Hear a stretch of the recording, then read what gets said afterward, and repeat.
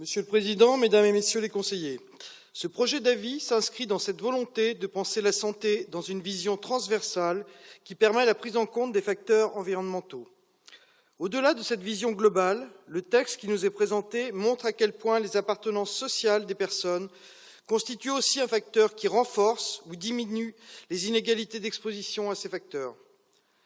Malheureusement, ce sont en effet souvent les plus pauvres, les plus vulnérables qui en paient le prix fort. Bien sûr, ces relations doivent être mieux connues et documentées. Le groupe FO soutient l'ensemble des préconisations qui plaident pour l'amélioration de notre recherche dans ce domaine, en lui garantissant le soutien des pouvoirs publics et de meilleurs financements.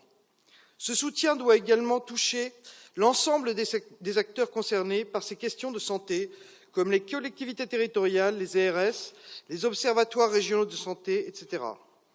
Une politique de sensibilisation à l'importance d'un environnement sain et de qualité doit aussi être favorisée. Elle doit se faire à différents niveaux de notre système scolaire, mais aussi toucher les élus, les personnes chargées de mettre en place les politiques publiques, sans oublier le grand public. Il faut une réelle politique de santé-environnement qui touche l'ensemble de la société et qui agit sur tous les fronts, car les défis à relever sont énormes.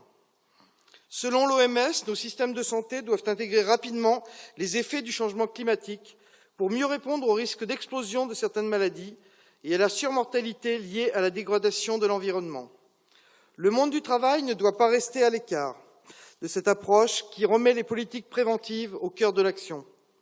C'est en effet aussi les lieux de travail que les expositions aux différents polluants doivent être combattues.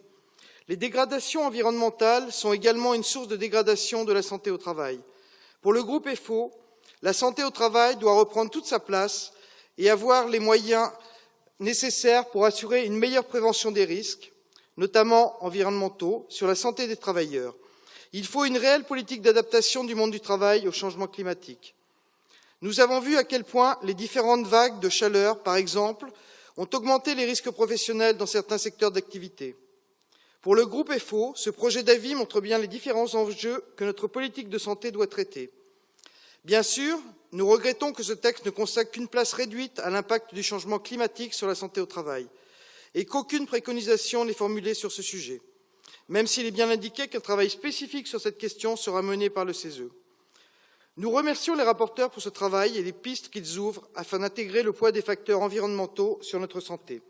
Le groupe FO a voté pour ce projet d'avis.